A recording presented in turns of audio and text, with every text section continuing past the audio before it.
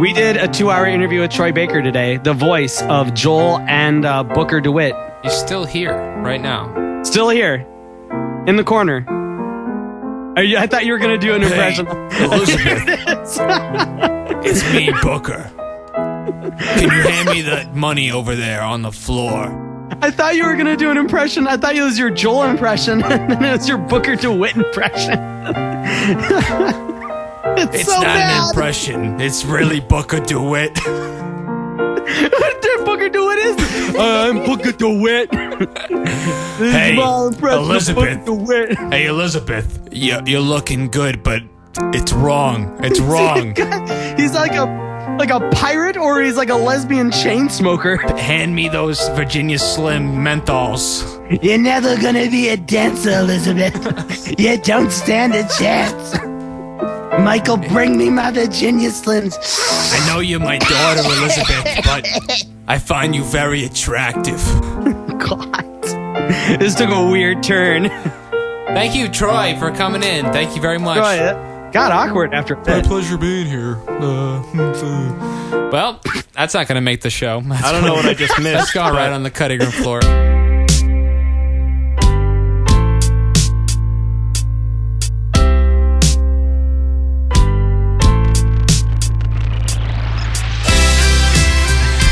Hey everyone, welcome to AwayCast 012. AwayCast 12. Yeah. Welcome. Thanks. Hey Greg. Hey, John. What's up, man? Thanks for coming again this week. I appreciate it. man. Fresh off of E3. Yeah, right off the floor. Right off the show floor. Right off the show floor. I'm right off the show floor of E3. Right off the show floor. Yep. Hey Josh. What up, yo? What up, man? Okay, so 2 things. I just want to let our listeners in on a little inside baseball. First off, Gregg Delaroca always cuts out the best parts of these shows. He always edits out the comedy gold. So just know that whatever you're listening to is a lesser version than what really happened. Listen, Secondly, we had like 15 minutes of banter before this. There's no way Greg could keep in any of this. I know, but he just picks and chooses the wrong parts. I don't pick and choose the wrong No, Josh, parts. it's because there's so much good stuff. You can't include everything good. It's like when you make a video game, you got to cut some good part out. You're both too. missing the what. I do not like our viewers, our listeners. I don't like them, and I don't want them to have good content. So I cut it all out. I listen to it for myself. I keep it for myself. I listen to it on my iPod. Document it, put it. And now I'm imagining Greg like looking like Nosferatu over his like editing machine, just being like, "No, this belongs to me." Editing machine, like I have a huge like reel to Like you're pedaling it. Like I'm not using a computer like everyone else. Like I have a huge editing machine with like tapes and stuff. You're like still doing like you're cutting with the razor blade. Yeah. Man, I can't wait for the talkies to come out. Second thing. Okay. We start this show about 6 or 7 times until Johnny Azalona can get a take that he likes. Yeah, me and Josh. Josh and I. Oh, What were you gonna say about me? Grandma Police. Josh and I have usually a lot of really great talks before the show because John's always eating or working out or taking a walk, all these kind of things before the show. And when John comes over, we could have pretty much already started the show, and we have a lot of funny. We do impressions, we do jokes, we do a lot of great stuff. And then John comes over and goes, "No, guys, no, I start the show. This is my show. It's not your show." Well, I think we should have a little thing where if we keep the stuff that goes to the cutting room floor, and we can make a little mashup out of it one day. Yeah. Well, yeah. I'll probably just delete it. Yeah. This is the cover up for like Greg's already deleted all this stuff. It's let's do a place I can't get to it now. It's all history. We have like 15 minutes today. We could just pretend like it's been like this from the beginning. Yeah. Well, we're gonna cut everything in the beginning, and we're gonna start over from where you started. All the stuff me and Josh did in the beginning, we're cutting. Yeah, but I was also in there at certain points. Not really, John. I had some funny. You were eating hardly funny. Hardly. Whatever, man. 2 out of 10 funny. I'm so funny. I hate you. Josh, you want another pie in the face, man? Oh, do you say I want another one? Listen. Do I want a pie in the face? We're going to have another bet soon where you're going to have to put whipped cream on the fucking pie before you get it. No. The pie was a one-time thing. And next time it's going to be something better. The pie is not the zenith of our bets. Meatloaf. A meatloaf to the face. Meatloaf Yeah, is but good. Right out of the oven. Meatloaf right out of the oven to the face. Yeah, but who's going to cook a meatloaf with to get it ketchup thrown? all over it? Someone's going to be like, oh, sure, I'll cook you a meatloaf so you can throw it away. I'll just buy another one from Demon Trader just come Joe's. out of your voice? What was that demon voice that you I just went made? through puberty real quick Jesus. there. Yeah. So John, how was your weekend? Oh, Greg, my weekend was very good. Let's play a game with the listeners. Guess what John did this weekend?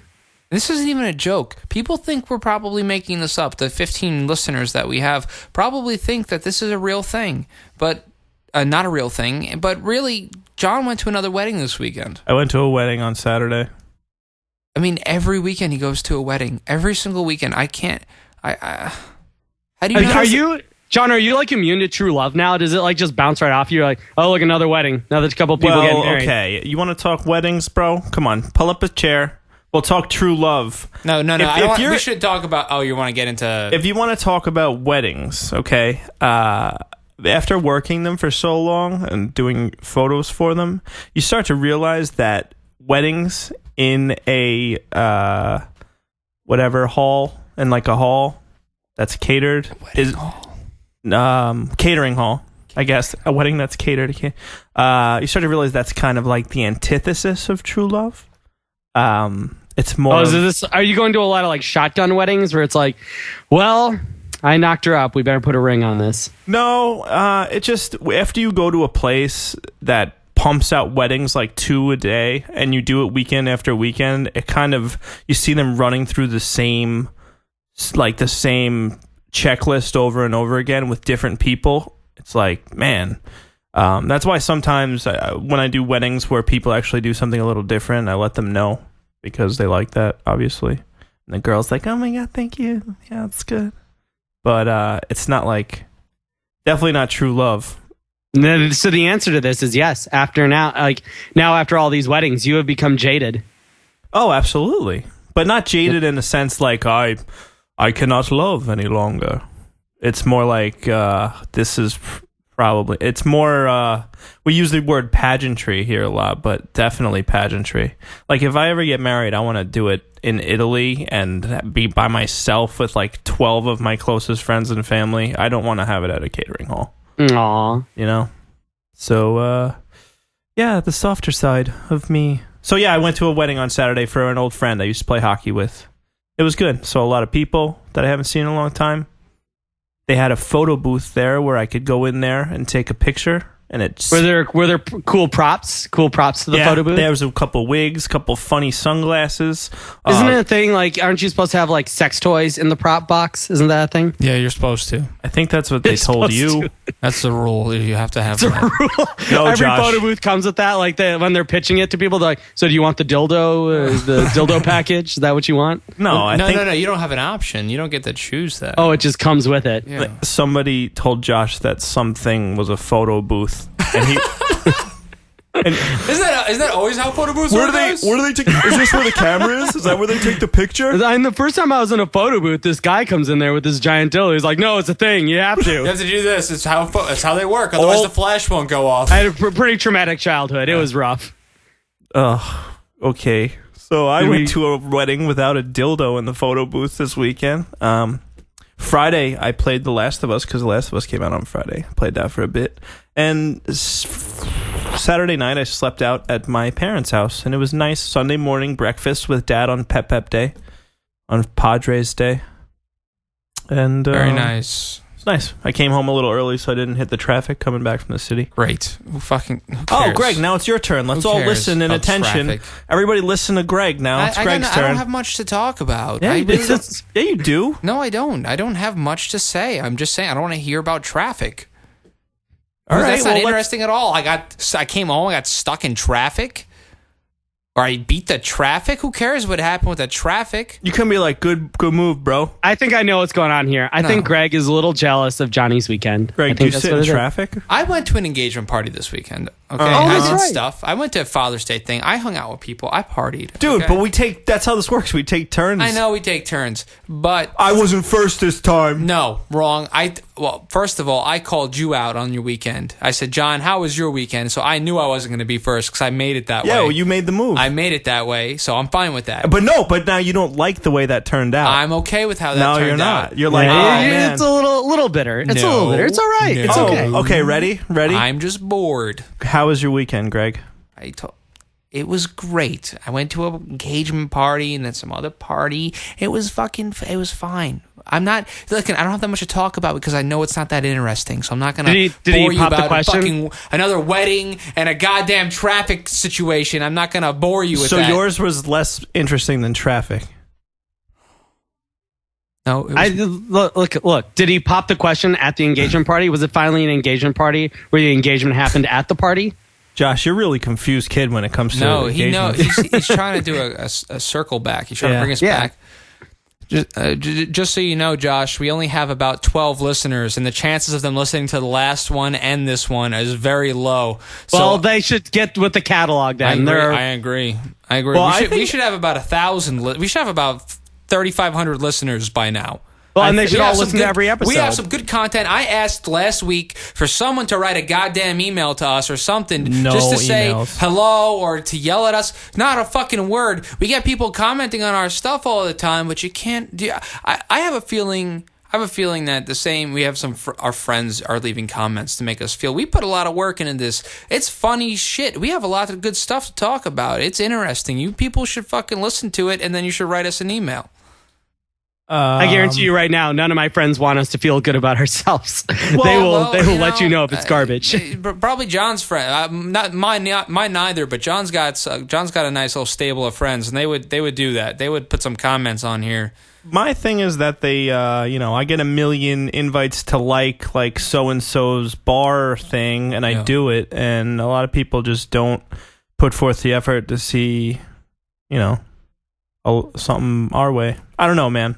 The Facebook market has been flooded by bar crawls and party night invites that real good content like ours is getting completely fucked in the ass. But people need to be listening. This is important stuff. We have important stuff to talk about on this show. It's not just games. We also talk about weddings on the weekends. Traffic as well. So I mean, unless you can find that somewhere else, then go. This like is AM the place. radio. The new tagline: AwayCast, weddings, traffic, video games. And I get drunk. And Josh drinks constantly. Come on, guys. Yeah. We're not even one of those podcasts that ask for donations. We don't make you sit through advertisements yet. So our goal is to get to the advertising stage. If we ever get big enough, there will be advertisements involved. But as of right now, it's still free. I'm wondering, maybe we should just do advertisements, and maybe those people will be like, "Oh, that's pretty cool of them to do that. Let's do some stuff." That's pretty cool of them. Well, it looks like Charmin got behind this podcast. Clearly, people are interested. Real quick, this Propel Zero water. It's 0 calories. It tastes like grape. It's delicious. It's cheap. Get Propel Zero because I drink it all the time. Every time I go to the gym, I drink it and it makes me feel good. And they support our podcast. Thank you, Propel. I'll be going to, I don't know if Greg's going to come, but I'm going to WizardCon, Comic-Con at the end of the month. So I'll be handing stuff out. The AwayCast will have a small presence. Still tickets next week, I'll buy one. Yeah, should be a good time. Josh, how was your weekend? It was good. We just had a bar open up across the street, so that was very exciting. What kind of bar? It's called the Piggery. It's like a Nebraska Cornhuskers bar. Oh, nice. Is it a brewery? All of that sounded so hick and not good at all. That didn't sound interesting. That sounded like shit to me. I'm gonna go to the Piggery. We get the corn husks in Nebraska. That sounds right up your alley. You would think so. I would. All right. Here's the thing. I could care what the hell kind of bar it is across the street. It's across the street. Yeah. So literally I can come home and say, I want to go to the bar, walk across the street and instantly get there. And they had good wings. That was what was important. I got one of those too. That's a story, Josh. The bar opened up and you got wings. Josh, what you got to understand is Greg didn't play too many video games this week, so he's getting it all out of his system. Greg has some high standards for this week. I'm filtering the content this week. I'm filtering, okay? A bar opened up and I ate wings. That's your story, Josh. That's my story. Greg, you're judging everybody else's story. You didn't even give us any story. Because I'm not going to give you a bad story. But you can't judge people's... Absolutely, I can. Absolutely. I'm Greg. I am the story police. As you. Welcome to Nazi Germany, AwayCast style. All right. Are you done? You want to put the soapbox away? I'm not on a soapbox. I'm just saying. Maybe the reason why we don't have a lot of... They turn it on, it's traffic, weddings, and chicken wings. You know, maybe they want some boom for their That sounds like some show on TLC, like after Ice Road Truckers is on. It's traffic, weddings, and chicken wings tonight on TLC. And like everyone's crossing their arms and traffic, weddings, chicken wings. Chicken wings. I like chicken wings. I can do a podcast about chicken wings. Yeah, me too. That's a Apparently good, Craig won't listen, but that's all right. I don't need you to patronize my chicken wing podcast. You know what? Sorry, I'm fucking yelling. You know what? If I would have turned on the chicken wing cast and you guys were talking about chicken wings, I'd be like, fuck you, I'm on the right channel. This is it. If I turn on the traffic cast and they were talking about traffic, I'd say, nailed it, traffic cast. If I would have flipped over to the wedding podcast. Greg, I think I see the logic here. My demon's coming out again. Bang for my buck. But I'm on the AwayCast. And all I want to do is turn away. I want to talk about Away. That's all I want. If it's not Away, I don't want to listen to it. Look, let's move on. All right, well, we're going to continue the communist rule of the AwayCast and move forward. Make sure whatever you talk about is good enough. Josh. Oh, all right. Both of you. You, Greg. Think before you speak today, because I'm okay. Well, now I'm all nervous. Now I'm not going to say anything. That's what I'm talking about. I like putting the pressure on. It's going to be the quietest AwayCast of all time. Video games. So let's get this out of the way because I know Greg hasn't played it yet. But The Last of Us came out on Friday. Josh. I give it a 0 out of 0. Oh God. Yep. Boop. Game sucks. It doesn't suck or does it? It's 0 out of 0. It's 0 multiplied by 0 is still 0. Exactly. So it got a 0. If you got nothing of nothing, it's still nothing. If you got 0 apples. All right, go ahead, guys. Give it a I didn't play it. I'm just fucking around, guys. Oh, Josh, you beat it. You beat it in one day, didn't you? It was like over the course of 2 nights. That's insane, man. Did you not explore very much or what? I actually explored a ton because I am... Like, when I play survival horror, I am very much a collect everything player. Like, I want everything because the next room is going to be the room where you don't have any of the health packs, don't have any ammo, and suddenly there's like 18 enemies. That's always my fear when I'm playing survival horror. I remember playing Resident Evil when I was a kid, like towards the end where there's all those hunters. I remember there was a time where I was completely stuck. Like, I could not get... I had like 2 bullets. And exactly. Yeah. I mean, we all learned this lesson when we were kids. Stock up, save everything.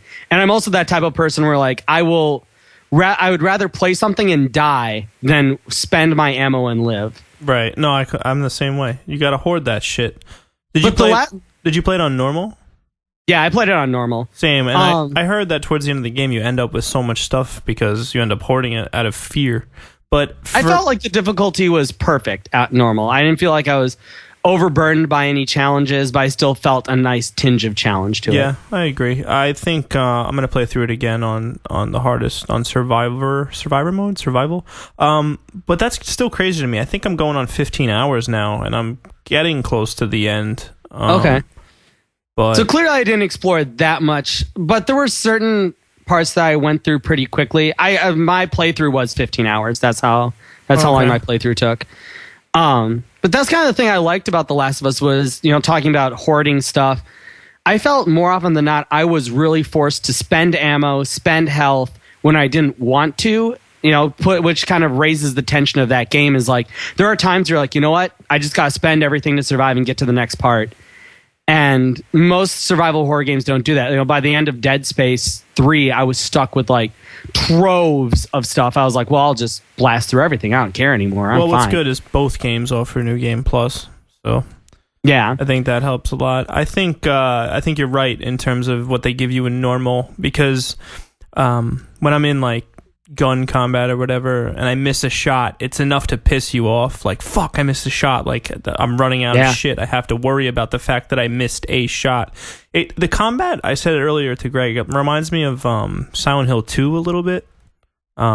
Just the way the guns work, but not the melee stuff, obviously. Mm-hmm. I just thought, so far, I mean, I haven't beaten it yet, but the game is, I think it's almost unprecedented. It's like an amalgamation of a couple of different games, but altogether, I mean, first of all, visually, it is the most beautiful game I've played to date, on a console at least. There's times where it breaks from cutscene to gameplay with very little notice of change, and I thought that was really great. And you could tell they did mocap for everything. Like, there's no robotic movements whatsoever in the cutscenes. They have to too, because the game is going for such a subtle story that it's telling.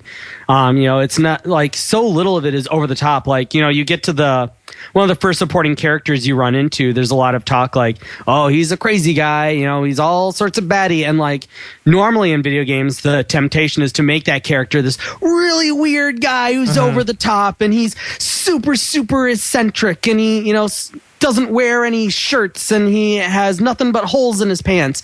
But like, when you actually get to this guy, he's super grounded. He has a lot of motivation. He's this very real and fleshed out character, and that stuff happens all the time. And it's because they pay so much attention to the motion cap, spend so much time making these actors be able to work in their subtlety, that it really comes through in the final narrative. That's the best way to describe it. It feels so down to earth, this game. And that's why earlier, I think, Greg, you asked to compare it to BioShock Infinite, and I think the difference isn't in like enjoyment, because I'm enjoying both almost exactly the same. I think that it's like the difference between something fantastical and something grounded, but they're both great in their own respects. I'm sorry. Go ahead. Finish. I mean, I was going to get more technical into that point, but obviously there's a lot more mechanics involved in The Last of Us. There's, that crafting, the crafting sub thing, which is really cool. I thought that crafting system didn't get too out of control. It's stuck to like the 5 or 6 basic things that you can craft through maybe like the same amount of different materials. So it kept that part really fun, and I don't know, I guess BioShock had the more robust leveling and not plasmids, vigors. I don't know. You see what I'm saying? Like, it's hard to compare the two because they're so drastically different, but I think, they're tied for me for, best game of the year. There are parts of The Last of Us that the game ceases to be fun. And I mean that, I don't mean that in a bad way. I mean that in like, BioShock Infinite, I think, even though it goes some dark places, like you're saying, because it still feels fantastical, there's a magic to what's going on, a even sci-fi element, that you still feel very much like you're enjoying the time that you're spending there. I think the darkest place probably happens about 3/4 through the story, and you still feel like everything's going to turn out okay. These characters are going to be all right. Booker's going to come through. But there are points in The Last of Us where I literally felt like I didn't even know who I wanted to win. I didn't even know what I wanted to happen to these characters. Did I even want them to make it? Like, there are points where that actually plays with me. And I think that that's what's really, really interesting. That's where The Last of Us, adds a different dimension. And I don't want to say it's not better or it's worse. It's just, like you were saying, it's different in the fact that it actually becomes something that's kind of painful to watch. Like, you don't even want to be watching at certain points or playing. There are things that you do, the violence can be super grotesque. Like, guys kick and scream when you're strangling them. They like when you have a gun pointed at someone's head, they will seriously sit there and plead with you like, be cool, man. Come on, don't do this to me. And it's those types of things that I think really set the tone for The Last of Us. Yeah, horrifically realistic death in that game. And it does, the first time that you mod your melee weapon, whether it be like a bat or something, like you can mod it through using that crafting system I mentioned earlier, and you can put like scissors on the end of the bat. And the first kill you make with that, I was kind of like, whoa. Like, I don't really do that much with games, being that I've seen so many death animations and been through the gamut of all that stuff, that this kind of brings it to a whole realistic new level. Like, they must have watched footage of people being strangled, and it's the research that went into that must have been tough for them. Yeah, I mean, it just goes some really dark places, and it kind of I'm not the first person to make this comparison, obviously, but it harkens back to The Road, where right, it's people just trying to survive. No one's the bad guy in this game. No one's the villain per se. Everyone's just trying to do what they can do to survive. And you meet a very wonderful and interesting cast of characters who are all doing the same thing as you. And, there are times where you think Joel is either going to thank them or shoot them. You don't know which he's going to do. Right. Because it literally comes down to that basic instinct if he's going to do whatever it takes for he and Ellie to make it to to where they need to go. I would compare it most aptly to The Walking Dead, the comic book. Yeah. The same feeling I get from the comic of The Walking Dead is what I get when I'm playing The Last of Us. Just like, there's no protagonist here. There's just, you don't know what to believe. You're constantly swaying back and forth. What's going to happen? You turn the page, the next thing you know, someone's dead or someone is hurt, or it just keeps you guessing. And that kind of narrative is kind of like, it's a bit of a rogue in popular culture now, where even when they brought The Walking Dead to the television series, it doesn't translate well because by popular favor, people don't really enjoy that kind of thing. Like, they want a protagonist like Rick. They don't want someone much like Joel and Rick from the Walking Dead comic books to be kind of this neutral guy where they're unsure of who to cheer for. It makes people uncomfortable. Exactly. I think that's exactly the line that The Walking Dead that The Last of Us walks incredibly well. And especially like when you get to certain points, they do a beautiful job of pacing these moments, because like you'll get to points that are really beautiful and gorgeous, and like especially when you're with Ellie, who has some naivete left to her, who actually feels like this, a little bit of hope in this girl, and she has this bewilderment at everything that she sees. She's so taken with what society was and where it is now, and she doesn't have any of that jadedness to her. Like Joel is just riddled with jadedness, right? And so she provides these wonderful moments where you can just kind of breathe. But the problem with that is that you'll get to, like, one of the moments I got to, and I was like, I don't want to leave. I literally just sat there and stared, and like she wouldn't move until I moved.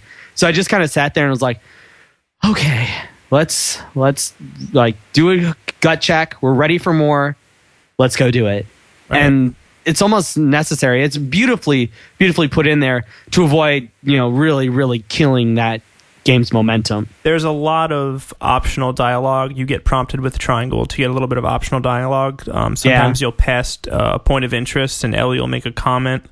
And her charm is like, man, I know Elizabeth has gotten a lot of credit, but Ellie is just... You see this little girl going into this game and you think like, oh, she's going to play like that naive little girl. But no, man, she's throwing out F-bombs everywhere. She's becomes like this hardened girl because she didn't live in a time before the outbreak or whatever. So a lot of the children now, because it takes place 20 years after the outbreak. So a lot of these younger kids, Ellie's supposed to be 14. She's like...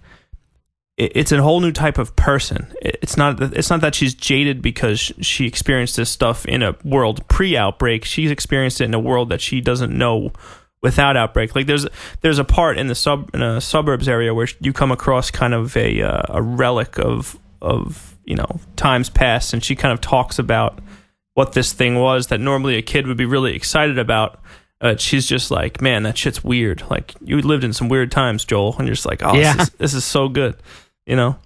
But much like BioShock Infinite, there are moments where Naughty Dog is so far ahead of the game with a lot of AAA development, it almost feels like they're showing off. You know, the way that they can tie their narrative to their gameplay, the way that they can get you emotionally tied to characters, you know, just the thing that they're making, you know, just feels head and shoulders above the majority of games you can play right now. And BioShock had a lot of that too, where, you know, there are just moments in BioShock where you're like, this can't happen anywhere else. This only happens at this studio. These people are super lucky to work on this game because, you know, you compare it to, you know, not to take anything away from people who work really hard, but you look at games like Fuse, you look at games like, you know, Dead Island Riptide, and just, you know, playing games like BioShock Infinite and The Last of Us, they're standing head and shoulders above these people and what they're doing. It's super impressive. Right. They're in their own category. And, man, playing The Last of Us is just, I mean, Kate is sitting with me while I'm playing, and she... Well, then, Greg just knocked our 2 HD cameras onto the... I think he's mad. He's mad. Anyway, so Kate is watching me play, and it's like she's watching a movie. There's really they're not skipping a beat. Like, there's no point, even at the times where, like, I'm digging through houses to find supplies, it's still exciting because the houses are designed with such, like, a spatial awareness to them that it feels like I'm in someone's living room going through their stuff, and Kate's pointing things out like, oh, cool, look at that poster, that's pretty funny, blah, blah, blah. And you're going from room to room, and everywhere is something interesting. And it's not like Uncharted where there was set pieces that happen. It feels like they're including you a lot more in these moments that you feel like would have been set pieces in other games. You know, yeah. So overall, it's an experience that is not like anything I've really ever played. Uncharted 2 aside, I think it blows Uncharted away, honestly, in terms of narrative and realism, obviously. But yeah. I agree, and I love Uncharted. I love those Uncharted games, and I felt like this was in a completely different category than those games. Right. It's a difference between, like, Indiana Jones and watching, I don't know, Survivor Man. Right? I don't know. Which one's Survivor Man? Is Survivor Man the fake one or the real one? Which guy's the real guy? He's the real one. Oh, okay. Bear Grylls is Survivor Man? No. Bear Grylls is which one? Bear Grylls is the fake one. No. Are you sure? Yeah. Like the blonde guy who drinks his own piss in the memes? That's the fake guy. Yeah, he's the fake guy. But he's not. His name's Bear Grylls? No. Bear Grylls, yeah. I thought Bear was the dude with the beard. No. Hold on. Okay. Greg's going to figure that out while we wrap up our Last of Us talk.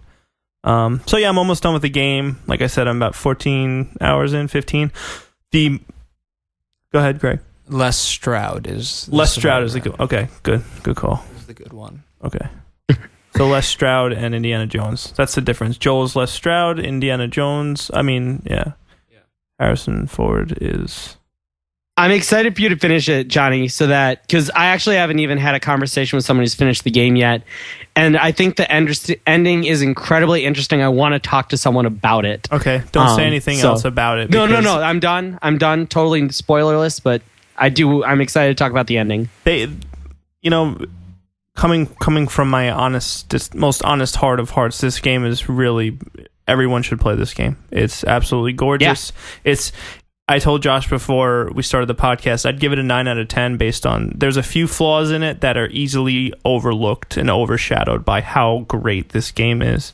I believe that no game should really get a 10 out of 10, so even BioShock, as much as you guys would not believe that.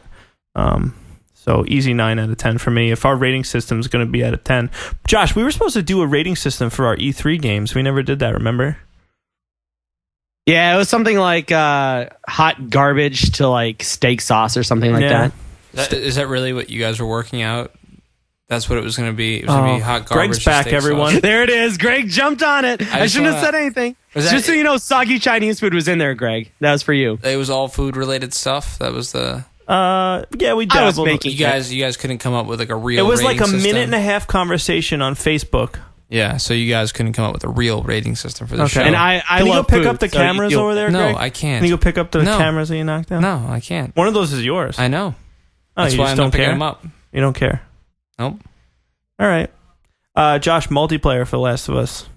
I haven't been able to play it. The servers aren't working. For me. See, that's weird because they work fine for me. I get dropped a few times here or there, but it's really interesting what they're doing with the multiplayer. They're kind of giving it like a single player story attached to it. I don't know. It's interesting. I think people should try. It's definitely different than the typical multiplayer. The crafting system carries over. It's much slower paced. I don't know. I'll wait till you play it, Josh. We'll talk about it next week about the crafting system. But everybody play The Last of Us because it is a beautiful. What's a good white buffalo? It's a must play. It's a must play. You owe it to yourself to play it. Yep, I agree. That and BioShock Infinite are definitely going to compete this year for Game of the Year. Unless you think Tech War is up again. I hope so. Oh yeah, the remake for Tech War. I'd like to see that.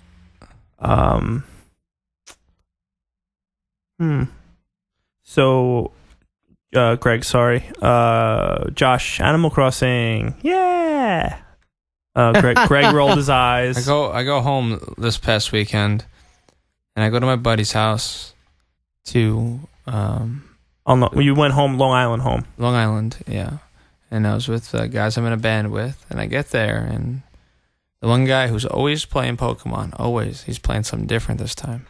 What's he playing, Greg? He's playing Animal Crossing. Oh, no. Did you curse him out and call him an asshole? No, in fact, I made the songs that play when he walks into the store for him. Oh, did you? Yeah. That's actually a pretty fun part.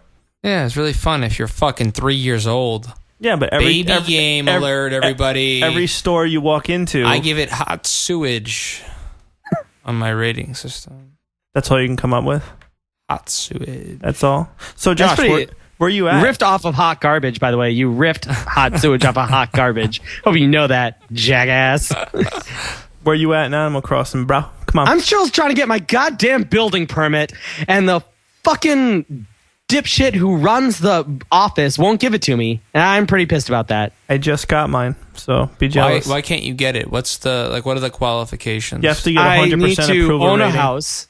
I need to own a house and get 100% approval rating. I'm at 74. So Why isn't your approval rating 100%? I think people are a little pissed because I won the firefly catching competition. I won or the that too, insect Josh. catching competition last week. I think it's a little bitterness. Wait. What was your score? Oh, I don't remember. 3,400, something like that. 30. No, you're making shit up. 3,400 Probably. fireflies, Josh? My score, 3,400 fireflies. I won the competition with 92. So Oh, no.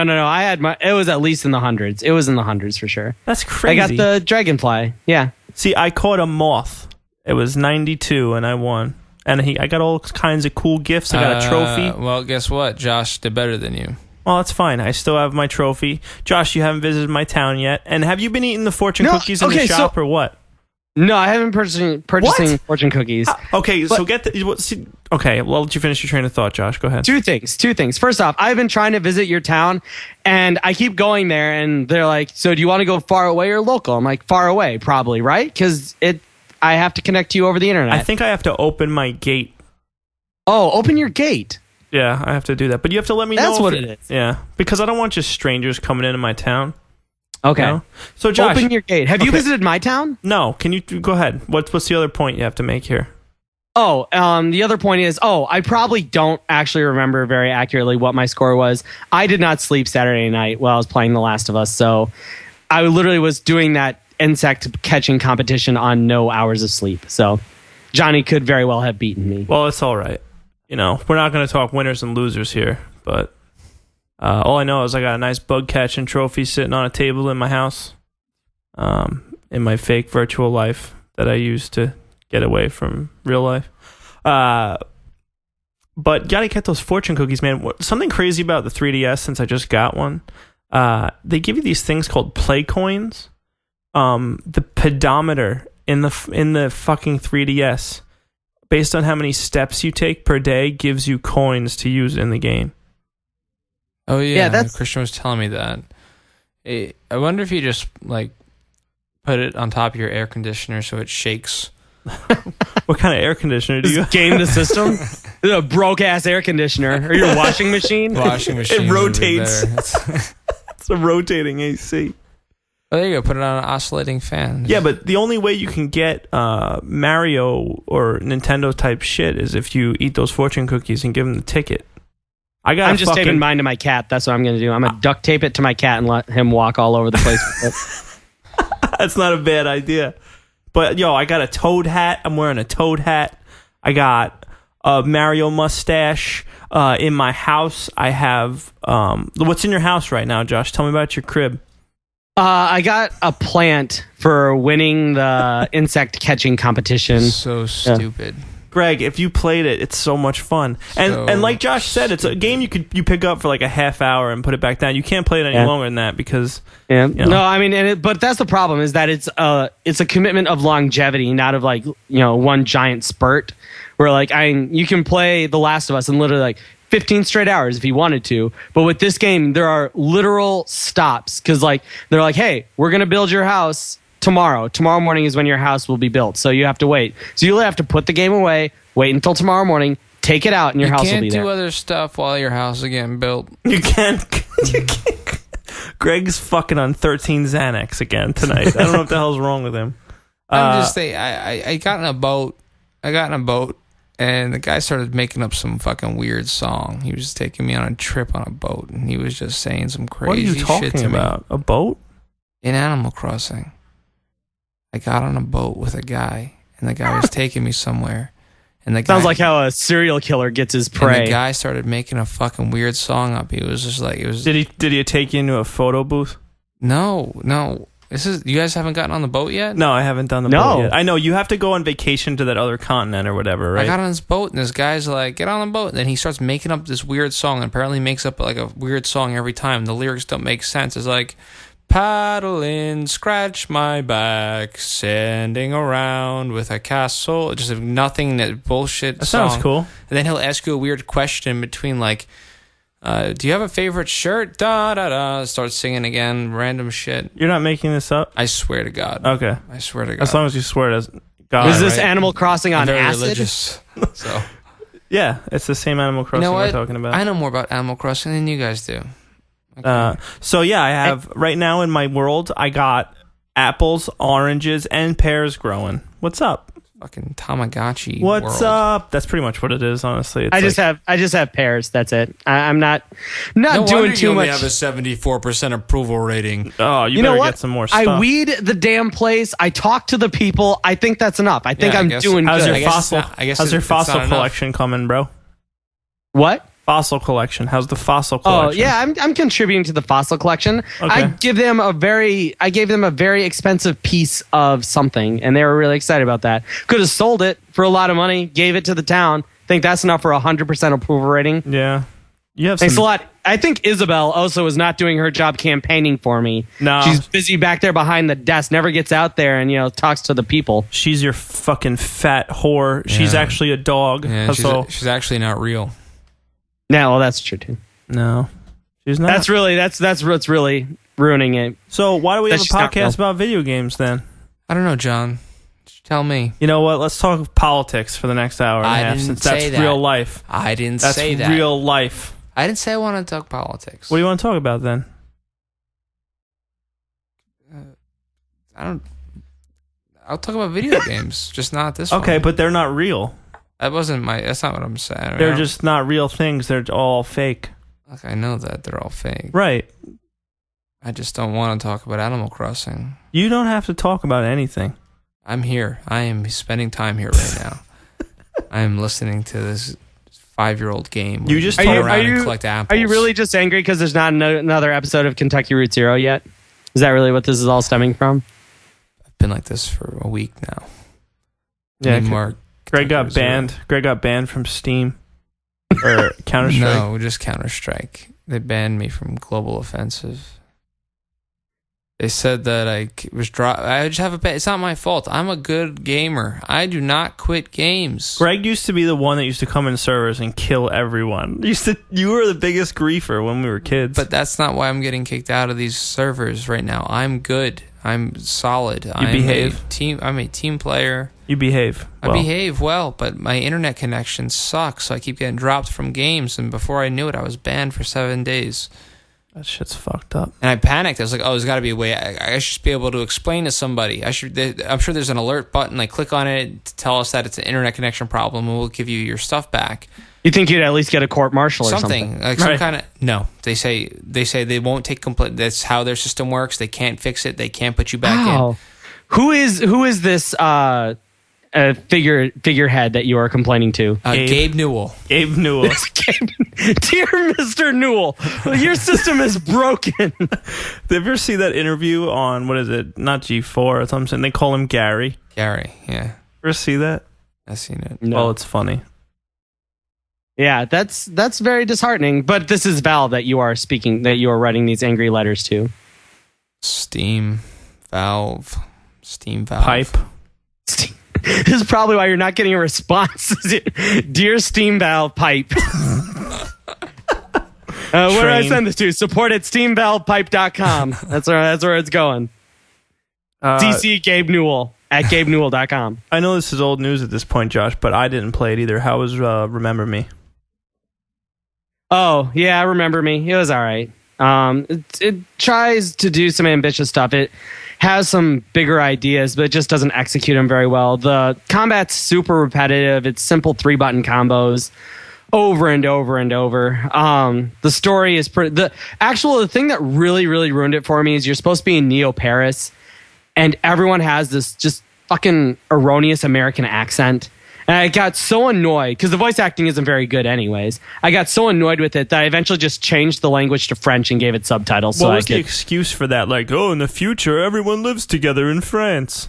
No, there was no excuse. Like, it was just... And like, if they did French accents, it wouldn't have been good, but at least I would have been like, oh, well, they're at least trying to keep this illusion of France. Like, stereotypically French, like, oh. Exactly, like, whoa, memorize. You were there trapped in the Bastille. But no, they didn't even do that. They just straight up American. Oh, well, except for Nillen has a British accent because they think that Americans can't tell the difference between Britain and France. So Most can't. I watched a video today on Reddit. Some dude asking his high school class like questions about politics, or not even politics, just like history. They're like, "What was the war that gave us our independence?" Everyone was like, "Civil War." It was hard to watch. It was embarrassing. This is the same argument with BioShock Infinite, and everyone's like, "Wounded Knee? Oh, that must be a Skyrim reference." Right. Oh, God. Painful. Yeah, so, I mean, it just fails in a lot of its bigger ideas. It looks like a game that could use a sequel where they could refine some of the stuff they're working on, but it won't get one. The remixing the memories is actually fun. That was actually a really cool puzzle type of sequence that you would get into. And there's some really great ideas there. It's only used like 4 times, and one is like a repeat of an earlier puzzle, and so technically it's only 3, and it needs more of that and less of its really terrible combat and platforming. At this point in the generation, I just think anything that doesn't have the same polish, at least one step below the titles we were talking about earlier, it's just like they're dismissible. It's so hard to stick with it. Even Fuse, like I played that for a while, but it was like, man, this is like the end of a generation. You figured that all the games coming out would be at least upper tier, but they're really not. It's well, I mean, you think because it's kind of the conundrum right now. It's either we recycle all of these assets we have. We know how this gameplay works. We know how this game works. We just pump out a sequel, or we have to do a new IP and kind of grasp at straws and try to hope that it's good. Well, but it ends up being garbage. That's what Techland is doing right now with what they did with Dead Island. Because Dying Light is actually their next IP, and apparently most of the team after Dead Island 1, they all started working on Dying Light, and a subdivision, or like only some of the original members worked on Dead Island Riptide, which explains why that game was garbage. So yeah, I guess these remnants of teams or scraps of teams that are pulling together assets that are already available or trying to churn out games. And I mean, it's not like they're terrible. Like during, the first 2 years of launch, they would be really great games. But at this point, they can't hold a candle to The Last of Us or BioShock or Far Cry or any of these games. Yeah. And it's either you pour, a bunch of assets into developing something for next gen and get that funding and, use that money, or you're what else do you have left? Like, what are you going to recycle? I think people should do shit like Blood Dragon or stuff like State of Decay, or offer these $15 titles that are like they're forgivable if they're not perfect. Well, definitely, and I think that that's actually something we'll see a lot more in the future of gaming in general. Is I think that we can't keep with the same B-level blockbuster titles where we're charging $60 for games that are, that are playing with the same ideas of Grand Theft Auto or Elder Scrolls, any of that stuff. You can't compete in that market anymore. The only way that they can actually survive is if they trim those teams down to, 20 people and, work on making a downloadable title for $20. And at least that way you make it a little more stomachable to the consumer. So it's not like, God, you look at August 20th, you have Splinter Cell Conviction, Saints Row 4, and XCOM The Bureau all coming out on the same day. 2 of those games are going to get ramrodded. There's no way all 3 of those games can sell at $60. It's $180 if you're going to buy all 3 on one day. Instead, people need to start looking at doing stuff like State of Decay, which is an amazing zombie game, especially for the value of $20, glitches aside. Right. They announced and solidified that next-gen games are going to be $59.99. Big surprise. But, I don't know. I think people were hoping that Microsoft would be like, yeah, they're only $40. Sorry, we screwed up. $40 for a game. You would think, at least if you were going to do down... Like, I never understood this. They're not moving boxes. Okay, they're not, production cost isn't there. They're not shipping boxes when they're doing digital downloadable content. Why are they at the same price point? Because they don't think that the consumer is smart enough to figure out the difference, or they just don't care. It's bullshit. It should be $10 cheaper in every case when you do downloadable, especially if next generation they're boasting about a lot of server side stuff. Even though Microsoft pushed the cloud, Sony's going to have cloud service as well. I mean, if you're going to get all this downloadable digital stuff day one, you should be able to pay $49.99 instead of $59.99. You're not getting anything. Yeah, and the AAA model is just in shambles right now. It doesn't make sense, especially with the way that the industry is moving. People don't have the time to play every 15 to 25 hour campaign that comes out and pay $60 for it. Right. And so, and it's something that's dying, and people we're already feeling the repercussions where EA and just today, EA and IO, the people who developed Hitman, laid more people off. They cut nearly half of their companies because they're like, and EA was a subdivision of EA that got downsized, but it's because they can't afford these teams anymore. These teams of 400 people. You look at titles like Darksiders and Dead Space. They need to sell 5 million copies in order to make money, and that's just not in any way comparable when there's $60 a piece and they have to compete with everything else in a flooded market.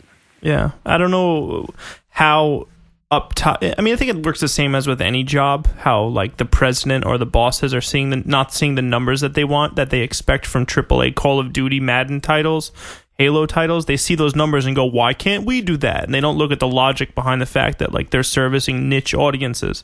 They're not exactly, and it has to be with that naivete at the top. That's all it can be, because people are in board meetings like, "Dude, this isn't going to sell that much."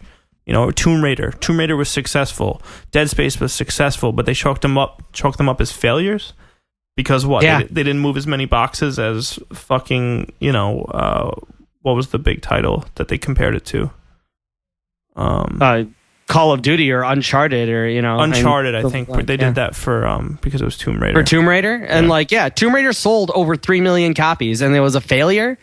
Like, how many copies do you think that game was going to sell? Same thing with Sleeping Dogs. Sleeping Dogs sold 1 million plus copies. A game that had no marketing, really didn't have an audience except for, hey, you like Grand Theft Auto, right? It's Grand Theft Auto, but in China. And once again, there's not really an audience for that game. Selling 1 million copies is actually really great. And and being able to make 4 or 5 DLCs from it. I mean, that game was fantastic. Yeah. And to chalk that up as a failure is like, wow. That's just naive CEOs and people up top who are just looking at spreadsheets and being like, why did we not hit this? Our team isn't good enough, etc. And it trickles down. Well, you look at, The Last of Us had a bit, and I am going off of, there's unofficial sales numbers, but the Last of Us made more money this weekend than the Man of Steel opening. And so, instantly everyone's going to be like, how do we do what they do? How do we replicate that? And the answer is you don't replicate it. You come up with your own great idea and pitch it to an audience. Right. And that's the problem. That's exactly the problem. So, Second Son is coming out, obviously, in the next generation of consoles. And I have yet to play Infamous 1 or 2. So, I bought the collection. It's coming in the mail. Enjoy that. Those are good games. Yeah, I'm kind of going back and hitting up any PlayStation exclusives that I didn't, especially while the console cycles is reaching its end here. I also got Shadow of the Colossus and Eco HD collection because I never played those in HD. So I'll be playing that next week, hopefully, or even this week if I finish The Last of Us. And that's it. It sold 1.3 million over the weekend. Last of Us? Yeah. That's worldwide, right? Yeah. So it's about $70 million, I guess. Mm-hmm. $75 million. That's not too shabby. For moving a million consoles in one weekend for a game is pretty impressive. Yeah. That's awesome. Not Call of Duty, but what is? Yeah, nothing. So yeah, I'm excited to play Infamous. I played Prototype on the other side. And I mentioned last week I like those power fantasy type games, so we'll see, because we were talking about Sunset Overdrive. Yeah, looking forward to it. I'm looking forward to talking about it, because everyone's saying that Second Son looks to be like the culmination of the two games, kind of like they're coming together. So I'm excited. It's really weird that like you would think that in video games where you have so many fanboys, there would be more superhero titles. There's a lot of licensed superhero titles, but not a lot of original ones. And you'd think there'd be more of that just because that is something that obviously speaks to the audience. Right. But I think if people took an attempt at that, I think people would look at it as like a corny, like undershot at a real superhero. Yeah. Like people would see right through the transparency, like, oh, look what they're trying to do. Yeah. Which is unfortunate because, I think Infamous actually sets a tone for something a lot of people could do. I don't think that that's something exclusive to them. And it feels a little bit different. Yes, it's still ostensibly shooter mechanics. You're still aiming and pulling a trigger button in order to fire your power. But at least it takes a gun out of the hands of the hero. It just feels different, even though it's not really different. It's a little bit of work for something that goes much further in being unique. I also haven't played much of the Ratchet and Clank series, and I was thinking about doing that as well, but I'm going to wait a while. I heard there's like, those titles are, there's far too many, and there's only like a handful that are good, or 2 or 3. So I'm going to do my research and see which of the better ones were. Oh, hey, there was no, speaking of that kind of art style, there was no Beyond Good and Evil mentioned at E3 this year. What's up with that? There's no what game? Beyond Good and Evil. Did you ever play that game? Yeah. Oh, that game's in and out of development hell all the time. It's like, it's what Mirror's Edge was. Mirror's Edge was always, is it coming? Is it not coming? Coming whenever. Yeah, when exactly. It's done. That sucks. That's another place where video games just lose money hand over fist. Is just going through development hell. Is this game going to happen? It starts happening. They get into pre-production. They can't figure out how to actually make it work. Gets scrapped, Yeah, still. Even so, we have so much more to look forward to than that. It was a good E3. There was a few games that really, really grabbed my attention. Yeah, there's stuff, stuff comes out in the following days, especially after the show floor. Some more details about the controllers, and it made me have a little more faith in the DualShock 4 or 5. Is it 5? Yeah, there was a lot of talk 4? about the DualShock 4. 4, and right. a lot of hype behind it. Controllers are great. I think that it's one of those things where it's very easy to pick out a bad controller. I think it's very difficult to pick out a really great controller, at least as far as I'm concerned. Controller is a controller to me. It should do everything I want it to do, but a bad controller always stands out, It seems like the general consensus was that Xbox didn't need to change a thing to remain perfect, the Xbox controller, but they improved on it even so. So people were like, it feels even better than it did before. The magnetic triggers and the rumble in the triggers are incredible. It's something new I've never felt. Ergonomically, it feels fine. And then now they said they brought the Sony controller right there with it. They said it's great to handle. It's heftier, feels better in the hands. One thing that I don't like, though, is the I mentioned it last week, the offset. I like the offset of the analog sticks, but I don't know. I gotta handle it and see how I like it, but it should be good. Josh, talking about the whole Xbox One not working in certain places. The Witcher 3 guys are kind of having a bit of a backlash with that because they're in Poland. They're in Poland, and apparently on launch, Xbox One will not work in Poland, huh? It wasn't even there was a backlash against them, but I think I don't want to say they handled it well, but they handled it the way they had to, where they basically then backlashed at Microsoft and were like, yeah, we're pretty pissed that this is how it is, Right. You're a Witcher fan, right? Yeah, I'm a Witcher fan. I think that, I don't know, that stuff is so behind the scenes that trust me guys, CD Projekt had no idea that was the rollout plan. They don't sit in those meetings. They don't get any call and saying that. EA said the same thing. A lot of people are, even if they did know, they're pointing all the blame back at Microsoft. Yeah, and that's just kind of how it has to be. They kind of have to be Microsoft makes these decisions, be pissed at them. And what's Microsoft going to say? Nah, be pissed at The Witcher. The Witcher made the Xbox One. It's just the nature of the industry. They got to find someone to put the blame on because, The Witcher 3 needs to move copies. And if they can't move it on Xbox One, they're more than happy to move them on PlayStation or PC, which is actually the biggest, the biggest contingent of Witcher fans. Yeah, I never played Witcher 2, but you're kind of convinced me to. Despite what all my friends think, it's I run out of time to play games eventually. I play enough of them as it is. I have to start picking, like we were saying before, you have to start picking and choosing at this point. We're totally oversaturated with what we can play. It's a shame, but some stuff has to go unnoticed. Stuff like Infamous for me or whatever. The Witcher 1 has some rough mechanic issues. It's just not very clean. But they do a really good job of cleaning up The Witcher 2 to make it a more streamlined experience. It's kind of the fantasy equivalent of Mass Effect in a lot of ways. It's just dialogue trees, dynamic choices, and then pretty straightforward combat. Yeah. Meh. Sounds alright. It's okay, I guess. Are you going to get scratching the Johnny Azalona itch. Are you? Nah. Are you going to get an Ouya, Josh?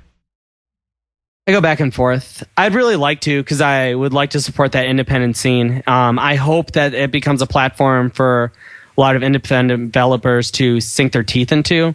Mm-hmm. I think that it's becoming a flooded market in independent games, and the more avenues we can open to those people to create a better library and to better curate that library is good. And I think the Ouya is a fantastic way to do that. But in the end, it depends upon the Ouya itself. It depends upon the people making it.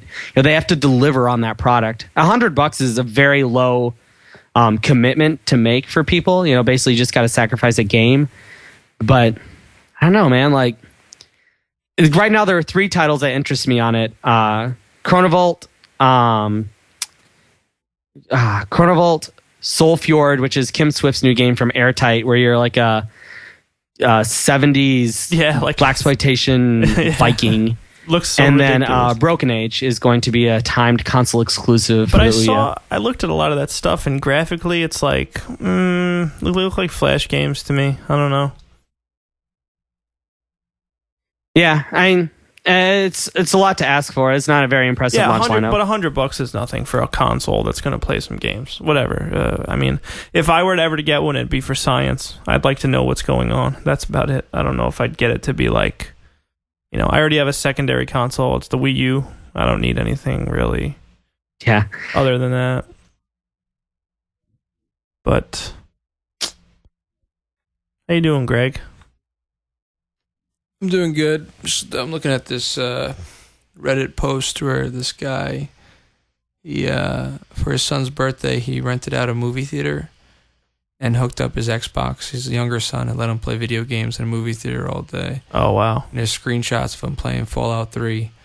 Just like him, a friend, and his dad in the whole movie theater, and they're just playing Fallout 3 on this giant movie screen. I wonder how much it costs to rent out a movie theater. It's like a really cool movie theater that has, like, instead of regular seating, it's just like long tables where people could eat, and it has like there's like a bench in front of you almost.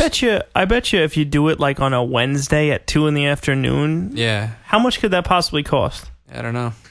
It's always something. Don't they always promote that where they're like, you can rent this theater for meetings, parties, and I'm always like, I wonder who those people are. Apparently, they're that guy. In between movie trivia and shitty real estate ads on the previews. Yeah, I think that'd be fun. Yeah, that would be fun to just have like a game tournament there for like 2 hours at a movie theater. Yeah, you could play split screen, do 4, like if we were to play. Get some money in a pot, get a bunch of people to come play 4 players. Yeah, let's turn it into gambling. I mean, you want a little incentive, Well, we could do our podcast from there. We'll do it every week. We'll rent the movie theater for an hour. And just do it. And we'll just film us. It'll be like Mystery Science Theater. The camera will be behind us. That'd be sick. And it'll just, fuck, I gotta put this on the cutting room floor.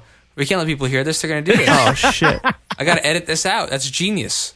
Well, that is fucking brilliant. But what we have to do is we have to get cutscenes from games and just put them all together, watch the cutscene, and then we put the voices in. Or we'll just do playthroughs. We don't need to put voices. We can do it on the fly. We can do it live.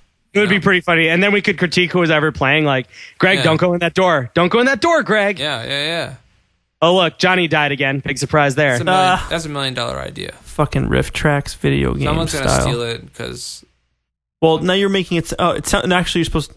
That's a terrible idea, Greg. Idea sucks. You can't do it. That's fucking... You're on the cutting room floor anyway, so... Yeah, it's already out the door. It's garbage. And you sit there with your razor blade and cut this together. You know what idea I had? I was at an ice cream shop the other day. I had this idea that I don't know why no one's ever done this, but an ice cream sandwich shop. Now, listen to this idea. Okay, you come in. People at home? You come in, okay. It looks like a deli. Okay. Inside the freezer, there's blocks of ice cream. Blocks of frozen ice cream. Okay. You choose your bread, a.k.a. it'll be like your cone crust bottom. The cookie bottom. Right. You choose it. You choose your ice cream types. You say, I want a vanilla, I want a chocolate, but it's called something, it looks like sandwich meat a little bit. Right. Oh, well, you think people want to... Well, it'll be Can cool. I have the pork, but it's vanilla? It'll be fun. It'll be fun.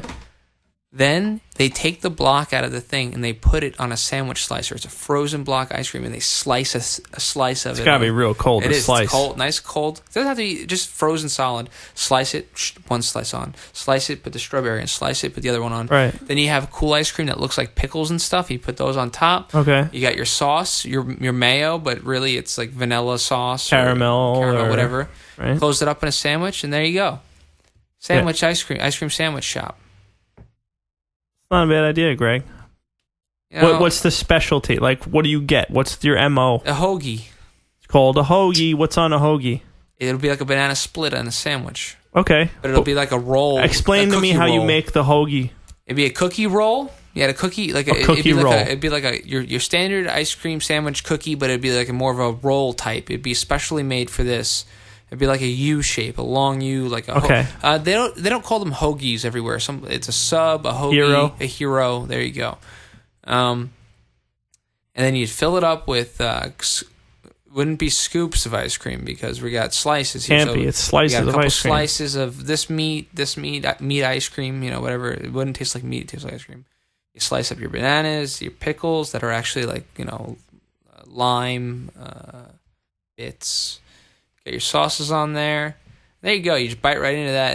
That's going to be. I mean, this is $1 million idea. Let me. What do you just giving it What out. do you charge for a hoagie sandwich? $6.75. $6.75. Why $6.75? That's the price. Really? Isn't that the price of like a real hoagie though? And you're getting much more nutrition out of it. Out of the real hoagie? Yeah. But this is a specialty item. How many ice cream sandwich shops do you think are going to exist? Yeah, and you have to charge for the uniqueness of the idea. That's how you make money here. Well, if we're going to do that, then I'm going to change my opinion. I'm going to think you're going to charge way more. I think that hoagie should be about $11.50.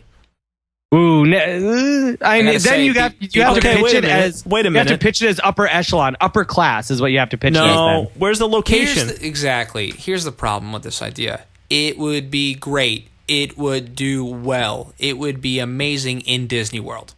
Yeah, in Disney. Epcot. You go to Epcot Center, you go to New York.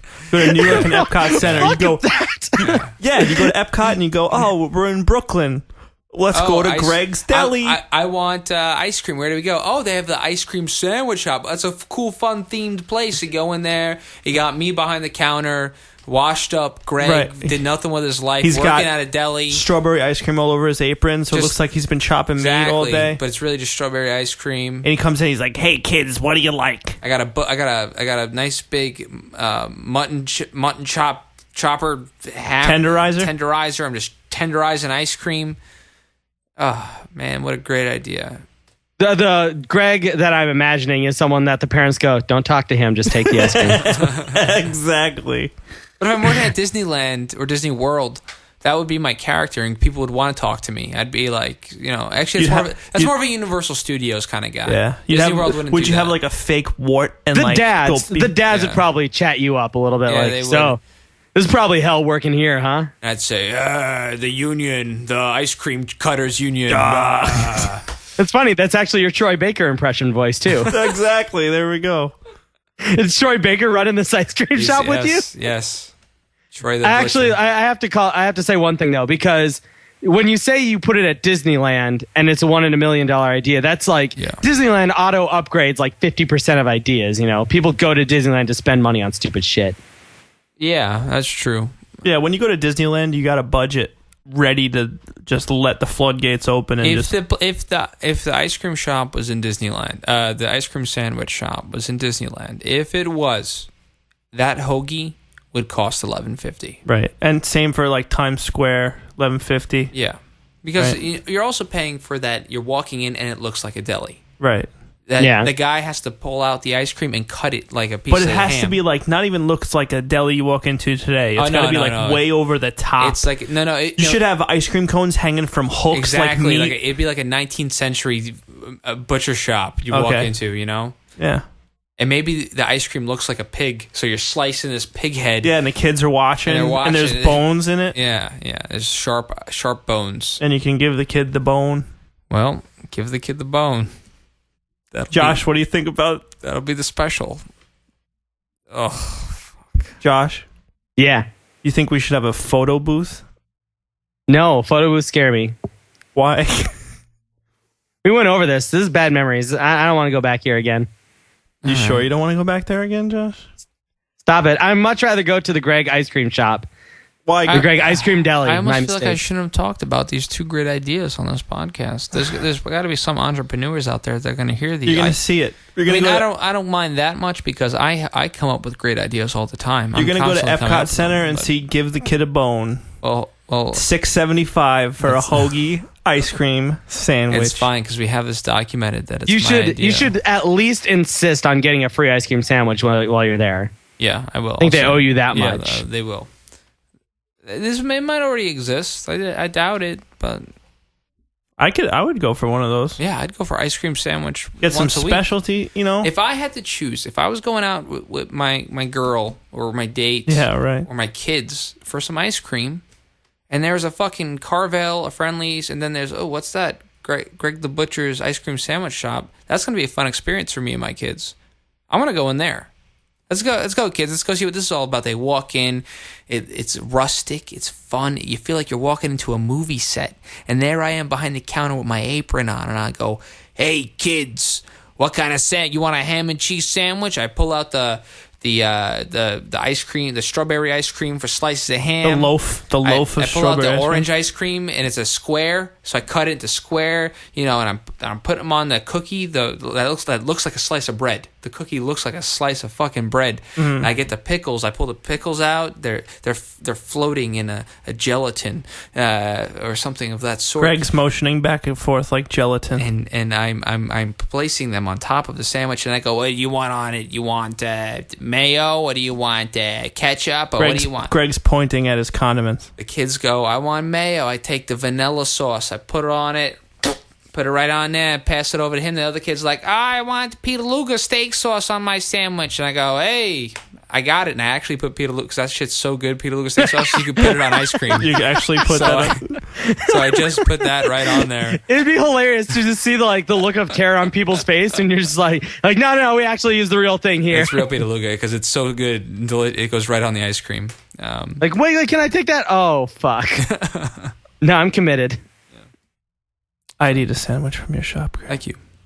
You're welcome. I'm not gonna follow through on that dream. You should at least make a presentation. Pretend like it's going to. Yeah, maybe pitch one it day. around. Create a PowerPoint. Who do I send that to? I mean, that is a Josh. Do you know what my job is? What I do for a living? I know you make music. That's what I know. Oh Christ, you don't know what I do for a living? My actual job? I work I'm a designer at a company that makes professional PowerPoints. Oh shit! This writes itself. Right? And that's not a joke. This is not a joke, everyone. This is seriously what I do. No, with because my I life. did that too, and the presentations don't look like PowerPoints. Some of them, when you're done with them. No, we make very beautiful. Yeah, they're gorgeous. I feel like now you've opened the gate for me to just send you ridiculous PowerPoint requests all the time. They're probably not as ridiculous as the stuff I get at actual work. So Good. Then I won't feel bad about it. Okay, guys. How long are we running now? I think that's it. We didn't talk there's too much. the mindless intro banter that's going to get cut. No, you should tape it to the end of it. Maybe I'll put a little. Yo, let's do a little Avengers after the credits. I guess because we talked about it in the beginning, for them to hear it at the end, they'd go, "Oh, this is what they were talking about that they cut." You make them wait a while for it. Yeah, all They right. can just click forward on the. Yeah. Like the Easter egg at the end of the episode. Yeah, pretty much, I guess. Yeah. Oh, I'm so tired. No, really, we couldn't tell this week. I'm just tired today. I'm just, Gregg came back to talk about ice cream sandwich idea. Yeah. And yell at everybody. And yell at everybody. Well, hopefully you play some Last of Us this week or next week. If I finish up, I'll loan you my copy. The game sucks. Yeah, it's bullshit. Animal Crossing's better. Animal Crossing sucks. Yeah, all right. I think we'll wrap it up here, guys. Is this a short one? I don't know. 1 hour and 47 minutes. Really? Yeah, I think we did pretty good. That's pretty But fucking long. that's with Oh, the it's with the banter. band. Yeah, but we're going to attach that It's to gonna the be end. at the end, so. All right, guys, thank you very much for joining us on the AwayCast this week. Yeah, on thanks a lot. AwayCast 12. Thanks a lot. Last week was not 12. The bots that are out there listening to us. All the bots. Please make sure that you follow and do all those cool things that the kids do nowadays with the Twitter and the do Facebook. Oh, where's the butter, Camille? Hey, Camille. Where's the butter, Camille? It's me, Bill Cosby. Bill Cosby sounds a lot like Booker DeWitt. No. I was gonna say every fucking impression you do What else eventually do you comes want back me to to do? Troy Baker. You want Forrest Gump? My name's Forrest Gump. Elizabeth. Elizabeth, give me them bullets over there. Okay, everybody, thank you all for coming to the Thanks for AwayCast. listening. Take your time and see you next week, Josh. Thanks for joining us, Joshua. Bye. Bye. See you later. Gregg. It's me, Bill Cosby. Thanks for coming. Goodbye. It always goes bad.